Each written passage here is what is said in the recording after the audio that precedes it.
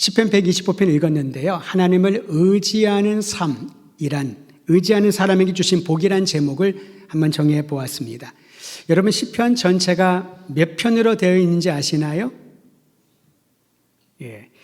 일부 예배 때는 너무나도 즉각적인 반응이 나와서 시편 전체는 150편이죠. 150장으로 되어 있습니다.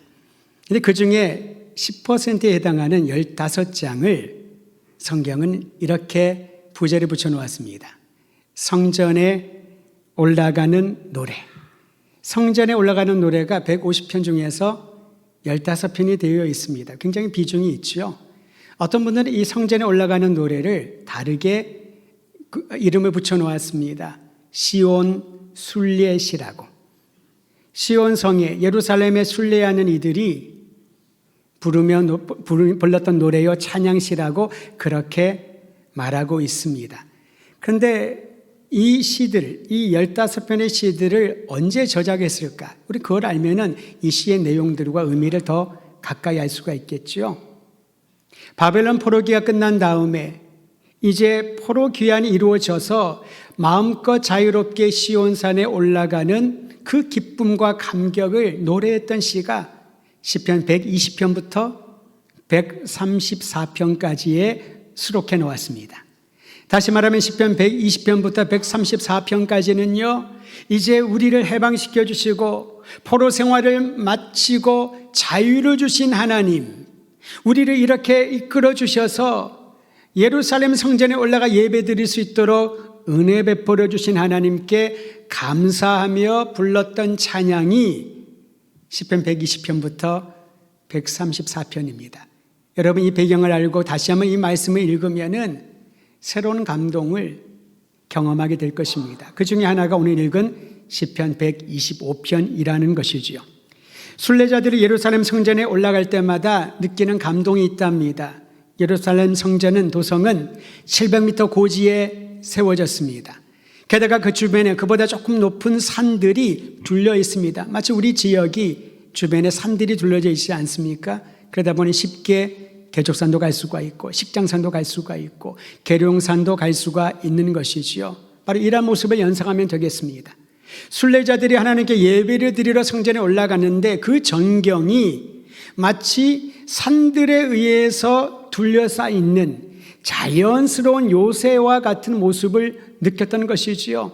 그래서 시편 기자가 이렇게 노래했던 것입니다. 우리 함께 125편 1절 말씀 같이 읽도록 합니다. 1절입니다. 시작. 여호와를 의지하는 자는 시온산이 흔들리지 않고 영원히 있음 같도다. 2절도 있습니다. 산들이 예루살렘을 두름과 같이 여호와께서 그의 백성을 지금부터 영원까지 두르시리로다. 자 보셔요. 산들이 두르는 것처럼 둘러싼 것처럼 예루살렘 성의 그런 모습을 보게 되는 거죠. 여호와 하나님께서 우리를 감싸고 계신다. 어떤 사람에게요? 여호와를 의지하는 사람에게. 한번 따라하시길 바랍니다. 하나님을 의지하는 사람에게. 하나님을 의지하는 사람에게 주님께서 주시는 복이 있는데 네 가지의 복을 우리는 중심적으로 살펴보려고 합니다. 강해설교의 왕자로 불렸던 지난 세기에 살았던 맥클라렌 목사님이라는 분이 계셔요. 이분은 이 시편을 주석을 하면서 여호와 하나님을 의지하는 자에게 이렇게 나가잖아요. 의지하다라는 이 단어의 뜻이 무엇인지를 아주 감성적으로 그리고 실제적으로 설명해 주었습니다. 문자적인 의미의 히브리어로 의지하다라는 이 단어는 붙잡고 늘어지다 그런 뜻입니다. 우리가 생각하는 의지하다는 기대는 거잖아요. 너무 몸이 피곤하고 지치면은 소파에 기대 있거나 사람의 어깨에 기대 있거나 우리가 생각하는 의지하다는 그런 것입니다. 내심적으로 누군가를 의지하는 것, 기대는 것. 이게 의지하다는 우리의 이해인데 히브리 단어의 의지하다는 그거 조금 다릅니다. 내가 붙잡고 늘어지는 거예요. 떨어지지 않으려고. 여러분 어린아이들이 이제 어느 정도 나이가 되면 어린이집이나 유치원에 보내잖아요. 부모의 가장 큰 걱정은 얘가 떨어져야 되는데 낯선 환경에서 낯선 사람들과 친구들을 만나면 애들이 안 떨어지려고 그래요. 이제 엄마 아빠 직장도 가야 되고 또 할 일이 있는데 또 아이들이 사회성을 키우는 훈련을 해야 되니까 유치원에 이렇게 가는데 가장 큰 걱정이 첫날이잖아요. 아이가 떨어지지 않습니다. 마음으로는 이렇게 기대할 겁니다. 아이가 엄마 아빠 안녕, 직장 잘 다녀오세요. 저도 열심히 재밌게 유치원 생활할게요. 그러면 얼마나 좋을까요? 그러지 않습니다. 떨어지지 않습니다. 이게 바로 의지하다는 거죠. 아이들이 엄마 아빠를 의지하기 때문에 불안하고 두렵지요. 새로운 환경 가운데 그 아이를 해코지할 사람은 아무도 없습니다. 선생님들이 얼마나 친절하세요. 아이들을 잘 돌보려고 전문적인 훈련도 받고 자격도 가진 선생님들이 질비하게 계시지만은 아이들은 그거 중요하지 않습니다. 왜냐하면 엄마와 아빠와 떨어지기를 원치 않으니까요. 의지하는 마음이 그렇다는 거죠. 붙잡고 늘어지는 겁니다. 우리는 하나님을 의지한다고 하면서 그런 마음을 가지고 신앙생활하는가? 여러분 한번 보셔요. 우리가 하나님을 의지합니다. 주님을 의지합니다. 주님만이 나의 전부입니다. 라고 목이 터져라 피가 나오도록 외치고 또 외친다 하더라도 정말 하나님을 꼭 붙잡고 그분에게서 떨어질까 봐, 떨어지면 불안하니까 그러한 심령으로 주님을 찾아 예배드리고 있는가? 우리가 생각하는 의지는 상황에 따라입니다. 내가 힘들고 어려울 때 주님을 의지한다고 고백하지만 아무 문제 없고 모든 것들이 잘 풀려나가고 형통하면은 우리는 어느 순간 하나님을 의지한다는 이 단어조차 머릿속에 남아있지 않습니다. 하나님을 의지한다는 것은 이런 뜻입니다. 그런데 좀 전에 소개했던 맥클라렌 목사는요, 이 문자적인 의미를 이 전체적인 정황상 어떠한 의미인지를 조금 더 세부적으로 설명을 합니다. 구약에 사용된 의지하다라고 하는 것은 매우 감각적인 의미가 들어가 있다는 것입니다. 그러니까 그저 내가 떨어지면 불안하니까 늘어지고 붙잡고 있는 그런 뜻에 머물러 있는 것이 아니라 내가 주님을 의지할 때에 생겨나는 놀라운 변화의 일들, 주님을 의지하기 때문에 나에게 주어지는 하나님의 예비한 그러한 통로들이 다 의지하다라는 단어에 함축되어 있다라는 것입니다. 엄밀히 말하면 여러분, 우리가 무언가를 붙들고 있으면 안정되지요. 그런데 어느 순간은 힘이 빠지거나 주의를 산만하게 하면 붙들고 있는 것을 놓쳐버릴 수가 있습니다. 자, 영상 하나 준비하다가 다음번에 기회가 있으면 해야지라고 했는데 디스코 팡팡이라고 하는 놀이기구 아시나요? 저기 인천 월미도에 굉장히 유명한 겁니다. 거기 보면요, 디스코 팡팡이라고 원반으로 막 돌아가는데 막 난리 납니다. 그 뒤에 보면 바이킹이라고 있어요. 큰 배인데 올라갔다가 내려갔다. 저 개인적으로는 왜 저런 걸 타는지, 돈 내고 타는지 이해가 안 됩니다. 저는 바이킹을 무서워합니다. 타는 거. 친구한테 속임을 당해서 하나도 안 무섭다고 탔다가 얼마나 제가 주여 주여로 외치면서 한 3분을 탔는데 내려와서 그 친구랑 절교할 뻔했습니다. 나도 모르게 두렵고 불안하니까 꼭 붙잡게 돼요. 디스코 팡팡 타는 사람을 보면 준비 전력이 딱 이거잖아요. 뒤에 이 발을 이걸 꽉 붙잡지 않으면은 튕겨나갈 것 같은 그런 두려움. 물론 튕겨나가는 사람 없습니다만은 그런 두려움을 갖게 되죠.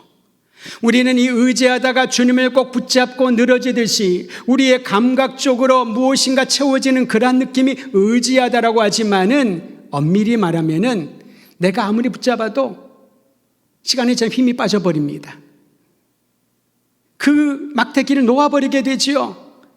성경은 어떻게 말하냐면은 하나님을 의지한다는 것은 내가 붙잡는 것이 아니라 하나님이 나를 붙잡아 주시는 겁니다. 그래서 감사가 안전이 임하는 것입니다. 아이들이 걸음마하게 되면은 이리저리 뛰어다니니까 부모가 더 바빠집니다. 그때 깨닫게 되지요. 아이가 말을 하기 시작하면은 말대꾸를 하고 덤벼들기 시작을 합니다. 그때 깨닫기 시작합니다. 말 못하고 누워있을 때가 가장 편했구나. 그런데 특히 아이들 밖으로 나가면은 통제불능입니다. 차도로 막 가려고 그래요. 아이들은 안 보이니까, 보이지 않으니까. 그래서 부모들이 아이들의 손을 꼭 붙잡고 있습니다. 아이가 부모의 손을 붙잡는 것처럼 느껴졌지만은 아닙니다. 아이는 붙잡다가 5초도 안 돼서 손을 놓아버릴 겁니다.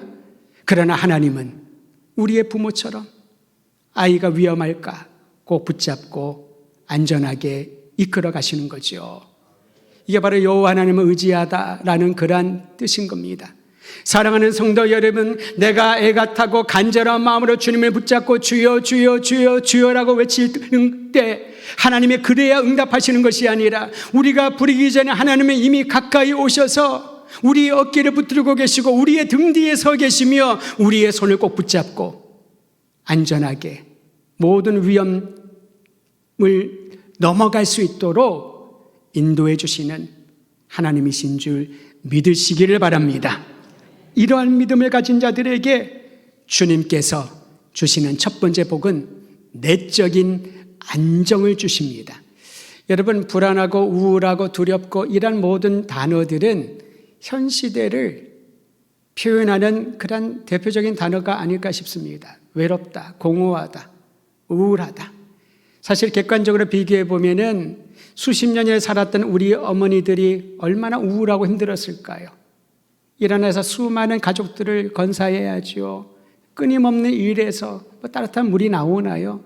찬 겨울에도 얼음을 깨고 빨래를 하고 남편이라고 하는 분들이 도와주지도 않고 에헴 밥 대령하라 그렇게 얘기를 하고 가부장적인 사회는 그러했었습니다. 지금에 비교하면 그때 우리 어머니들, 우리 윗세대는 정말 우울하고 아무런 비전이 없습니다. 좋지 않은 그런 속담만 얘기하죠. 암탉이 울면 집안이 망한다고. 거기에 쇠뇌가 되어 있다 보니까 여자란 존재는 너무나도 비참한 인생을 사는 것처럼 되어 있지 않았습니까? 그때 만약에 우울하다, 불안하다, 미래가 없다, 살 소망이 없다 맞는 말이었는데 그때는 그런 단어들이 회자되지 않았습니다. 하지만 오늘날은 그게 대표적인 단어가 되었습니다. 남녀노소 할 것 없이. 초등학교 아이들이 1, 2학년 저학년 아이들이 그런데요. 삶에 재미가 없다고. 얼마나 살았길래. 근데 그 말을 귀담아 들어야 됩니다. 재미가 없대요. 이게 바로 우리의 삶이라는 거죠. 내적인 문제입니다. 그런데 여호와 하나님을 의지하는 자, 하나님의 손에 붙들림 받는 자들에게는 주님께서 내적인 안정을 허락하여 주십니다. 불안과 두려움과 걱정과 염려와 그건 찾아오는 겁니다. 오지마 해도 오는 겁니다. 그런데 그 모든 것들을 스쳐 지나갈 수 있는, 뚫고 통과할 수 있는 담대한 용기와 하나님에 대한 소망을 불어넣어 주시는 거지요. 우리 1절 2절 말씀에 그런 마음을 한번 읽어보면 좋겠습니다. 첫 번째 복인 내적인 안정을 하나님이 주시는데 어떻게 주시는가? 1절 2절 같이 한번 읽습니다. 시작.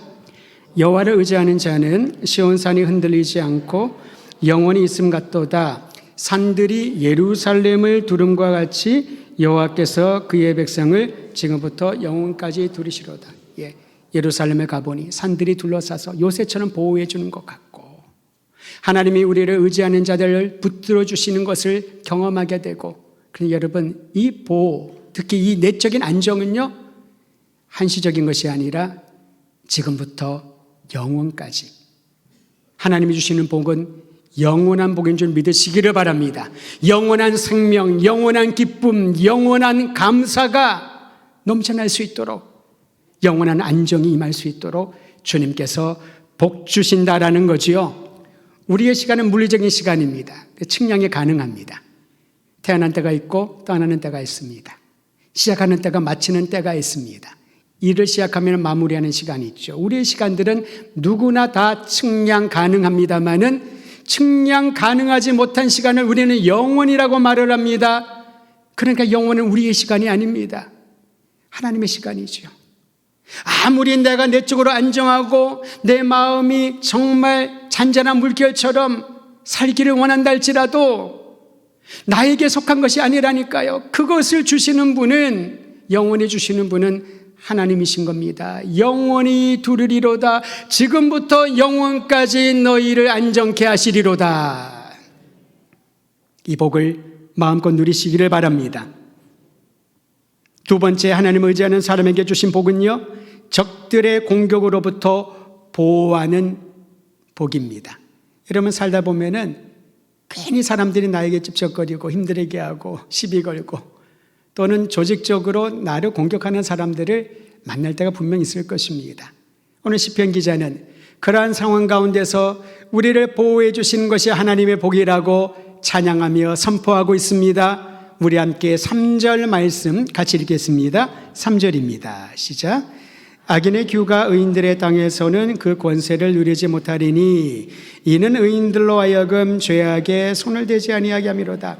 여러분 악인들의 규, 여기 규라고 하는 단어는요 왕이 들고 있는 그러한 권력을 말하는 지팡이와 같습니다.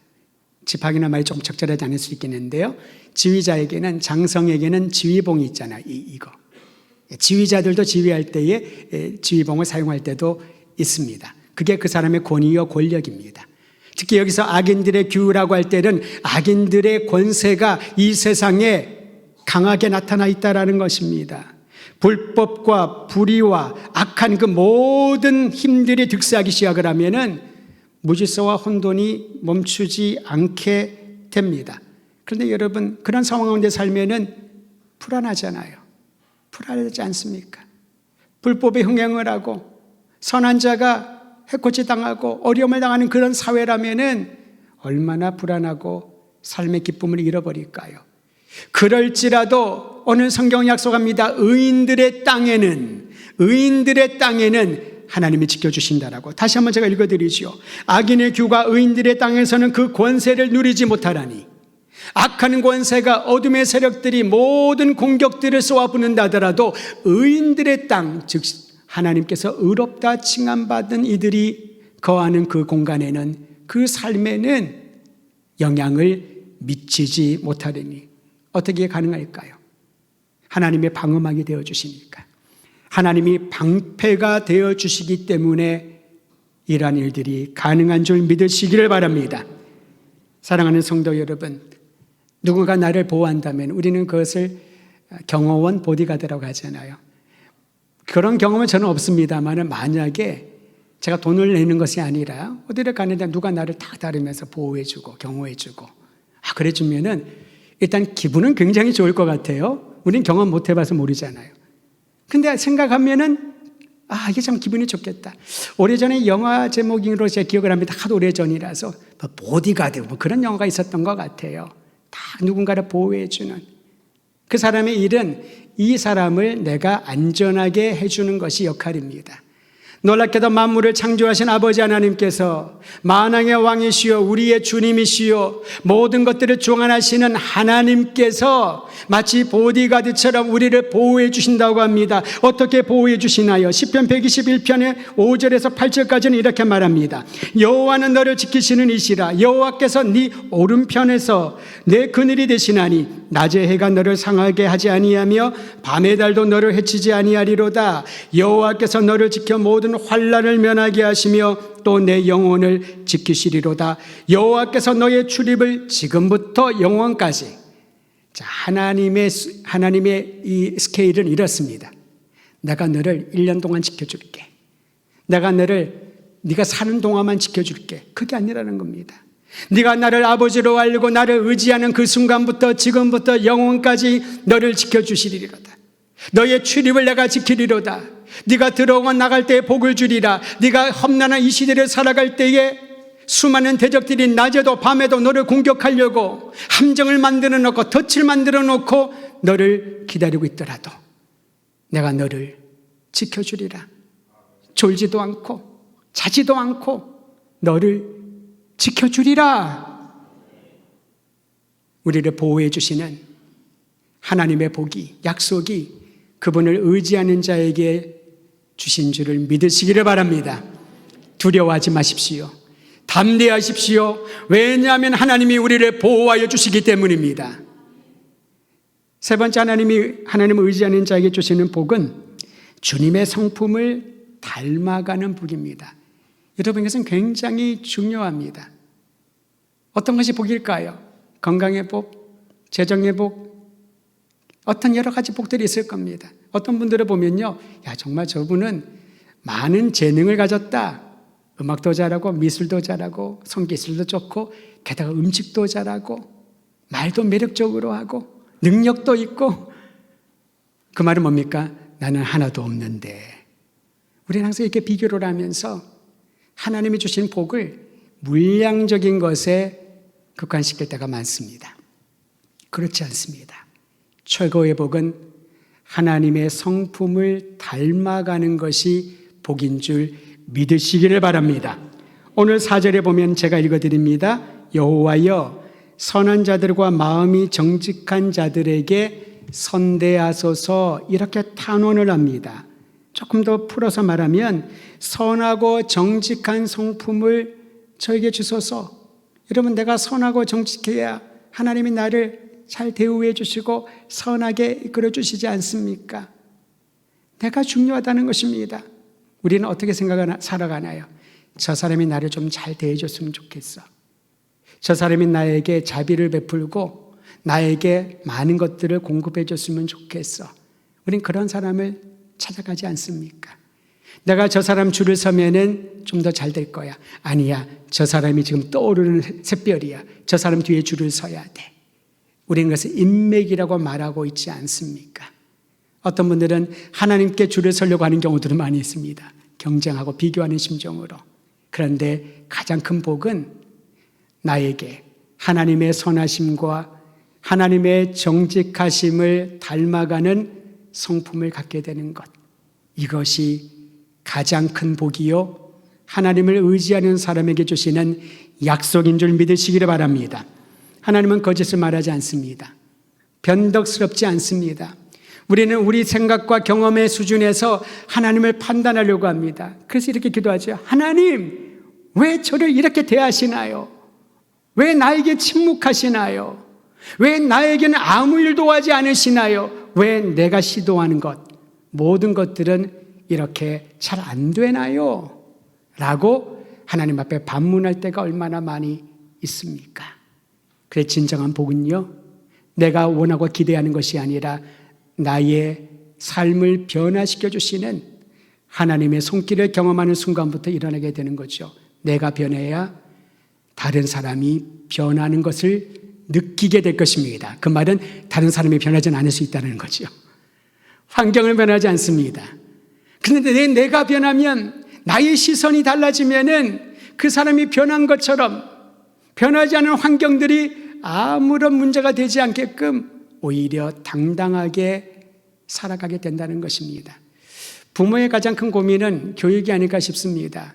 아이가 성장을 하면은 이제 교육하는 거, 학교의 생활이 다 끝나면은 끝날 줄 알았는데, 결혼을 해도 나이가 들어도 계속해서 부모는 자녀에 대한 염려와 걱정, 기도의 제목들.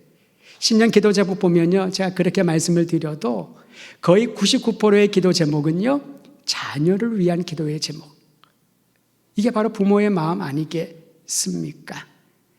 그 마음에는 우리 아이가 좀 이랬으면 좋았을 텐데, 우리 아이가 좀 이렇게 생각하고 이런 활동을 하면 좋을 텐데, 그런 기대감이 있어서, 근데 잘 안 바뀌잖아요. 내 자녀조차 바꿀 수 없는데 어떻게 다른 사람을 바꿀 수 있겠습니까? 그런데 놀라운 것은 여러분, 내가 달라지면, 나의 시선의 위치가 달라지면은 바뀌지 않은 사람과 동일한 상황과 환경을 보는데도 그게 달라진 것처럼 느껴지게 되는 거지요.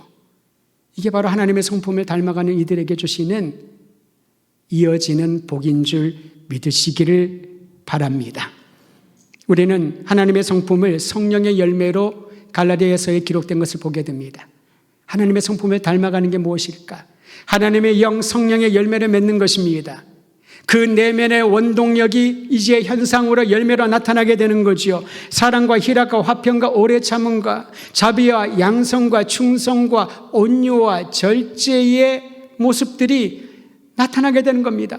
나는 예전에 절제 못했는데, 나는 참지 못했는데, 나는 사랑이라고 하는 것을 표현하지 못하는 사람이었는데, 내 안에 기쁨이란 단어는 아예 무관한 삶이었는데, 그게 자꾸 생기기 시작하는 거죠. 하나님의 성품을 닮아가고 있다는 증거인 줄 믿으시기를 바랍니다. 어른들이 그런 얘기를 합니다. 찡그리면은 내천자 쓰지 말고 웃으라고. 한자로 내천자. 너무 정확한 표현이에요. 찡그리면은 이 미간 사이가 이렇게 되잖아요. 근데 그것이 자기는 모릅니다. 근데 상대방 얘기해줘도 별로 기분 좋아하지 않고 그걸 펴려고 하지 않습니다. 놀라운 건요, 하나님의 성품을 닮아가는 사람들은 주름살은 펴지지 않겠지만은 우리 인생의 모든 짜증 덩어리로 찌들어진 우리의 삶의 주름살들이 다 펴지고 기쁨과 감사의 환희에 찬 얼굴들로 변화되는 것을 경험하게 될 것입니다. 네 번째로 하나님을 의지하는 자에게 주시는 복은 평강입니다. 오늘 그 말씀에 보면요, 이렇게 기록되어 있습니다. 5절 제가 읽어드립니다. 자기의 굽은 길로 치우치는 자들은 여호와께서 죄를 범하는 자들과 함께 다니게 하시리로다. 자기의 굽은 길은 무엇입니까? 분명히 누가 봐도 굽은 길인데 이 사람은 그렇지 않다는 거예요. 이 길은 똑바르다고. 이렇게 보면 똑바르지. 그렇게 얘기를 하면서 그 길을 간답니다. 그 길은 올바른 길이 아니라고 아무리 성경이 말하고 하나님의 그 음성을 들을지라도 아니라고. 자기의 굽은 길로 가는 사람들은 죄인들과 함께 다니게 놔두신다는 겁니다. 반면에 그 다음을 보십시오. 이스라엘에게 평강이 있을지어다. 하나님의 본심은, 의도는 거기에 있는 것입니다. 자기가 고집하여 굽은 길을 다니겠다라고, 죄인의 길에 서겠다고, 오만한 자의 자리에 앉겠다라고 부룩부룩 고집하면서 있을 때 주님은 그것을 일단은 내버려 두십니다. 그리고 그것이 얼마나 험난하고 하나님을 기쁘시지 않게 하는 이 길인지를 깨닫게 하고 주님의 마음을 선언해 주신 겁니다. 내가 너에게 주고자 하는 것은 평강이다. 평강이다. 오늘도 찬양하시면서 우리 지휘자 권사님께서 샬롬 그러시더군요. 샬롬은 히브리어잖아요. 우리는 샬롬의 뜻을 알고 있습니다. 평강이란 말입니다. 근데 히브리어의 평강의 의미는 완전함이란 뜻입니다. 완전함, 부요함, 번영함 또는 건강함, 병이 하나도 없고 아무런 문제가 없고 조화로운 관계, 이게 바로 샬롬입니다.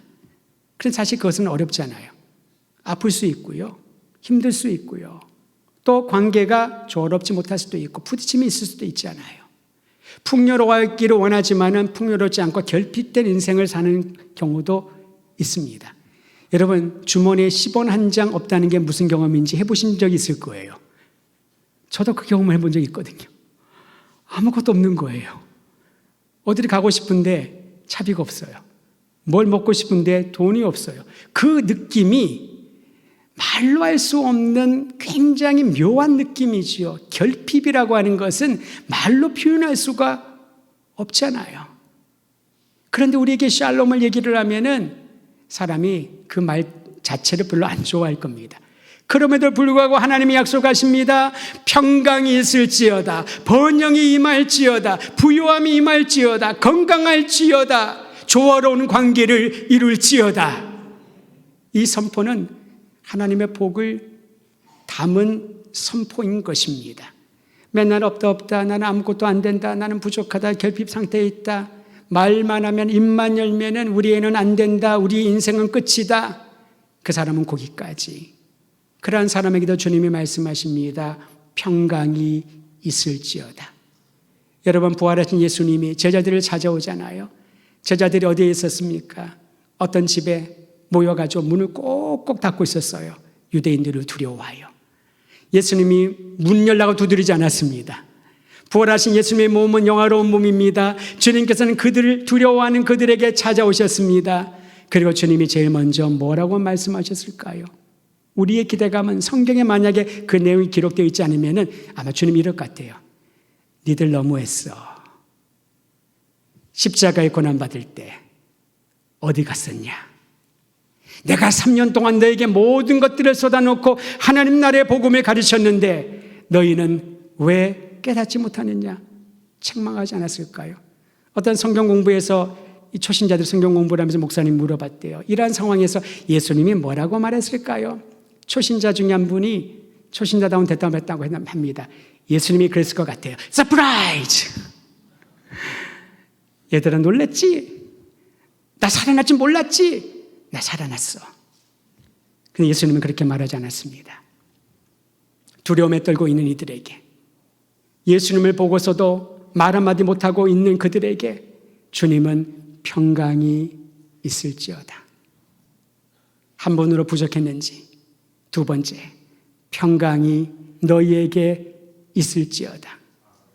두 번으로 부족했는지 그 자리에 없었던 의심 많은 도마, 그가 그 다음날에 있을 때에 주님은 다시 오셔서 세 번째, 평강이 너희에게 있을지어다. 이 말은 우리의 실존은 불안하고 두렵고 자책하고 염려하고 앞날에 대한 계획이 아무것도 없고, 그러나 주님의 계획은 평강이었던 겁니다. 하나님이 주시는 만족함, 하나님이 주시는 영원한 생명, 하나님이 주시는 사명, 세상을 변혁시키고 그리스도의 복음으로 죽어가는 영혼들을 살리라는 이 고귀한 사명에 동참할 수 있도록. 근데 그 일을 하기 전에 가장 필요한 것은 평강의 복이 임해야 되는 것이지요. 여러분 한번 따라 선포하시길 바랍니다. 평강이 있을지어다. 이는 주님이 우리에게 주신 말씀입니다. 하나님을 의지하는 자, 주님을 붙들고 주님의 손에 붙잡힌 받은 이들에게 주신 하나님의 영원한 약속입니다. 혹여나 지금 여전히 여러 가지 일들 때문에 불안하고 두렵고 걱정하고 마음이 불편하고 사는 게 사는 것 같지 않은 그러한 삶을 사는 분들이 있습니까? 삶의 질이 가장 떨어졌다라고 한탄하는 분들이 있습니까? 오늘 그들에게 주님께서 주님을 의지하는 자에게 내적인 안정을 주시고 모든 악인들의 공격들로부터 보호막이 되어주시며 하나님을 닮아가고 성령의 열매를 맺게 하실 뿐만 아니라 영원한 평강을 주시겠다는 이 복을 아멘으로 받아들이고 주님의 복을 날마다 누리기를 우리 주의 이름으로 축원드립니다.